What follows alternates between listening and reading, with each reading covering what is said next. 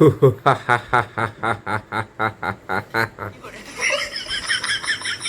રાવણ છું, હું કોઈ દી નહીં મરું.